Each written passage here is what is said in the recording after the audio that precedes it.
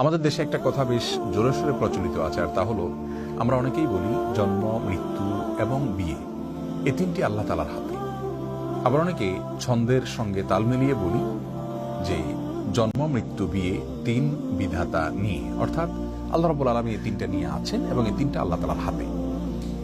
আপাত দৃষ্টিতে মনে হচ্ছে যে এটি তাকদীর প্রতি বিশ্বাস এর কথা প্রকাশ করা ভালো কথা, কিন্তু মূলত এটি আল্লাহ রাব্বুল আলামিনের যে তাকদীর রয়েছে সেটাকে সীমাবদ্ধ করার শামিল। শুধুমাত্র জন্ম, মৃত্যু, বিয়ে কেন, সব কিছুই আল্লাহ রাব্বুল আলামিনের হাতে, সব কিছুই আল্লাহ রাব্বুল আলামিনের তাকদীরের অধীনে।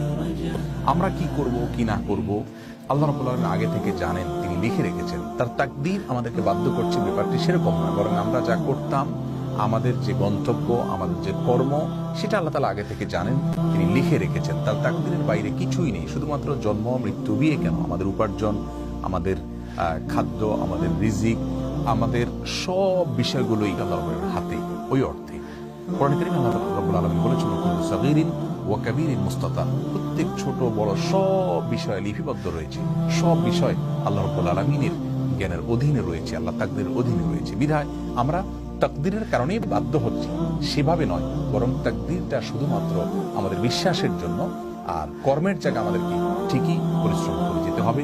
স্বয়ং রাসূল করিম সাল্লাল্লাহু আলাইহি ওয়াসাল্লামের হাদিসে আমাদেরকে নির্দেশ করা হয়েছে, আমালু, তোমরা কাজ করতে থাকো, কুল্লুন মুয়াসসারুন লিমা খুলিকা, তোমার তাকদীরে যা লেখা আছে সেদিকেই তুমি যাবে, বাট তোমার কাজ হলো পরিশ্রম করে যাওয়া, কাজ করে যাওয়া। অতএব তাকদীরের দিকে আমরা লক্ষ্য করে থাকবো না, তাকদীর শুধু বিশ্বাস করবার জন্য।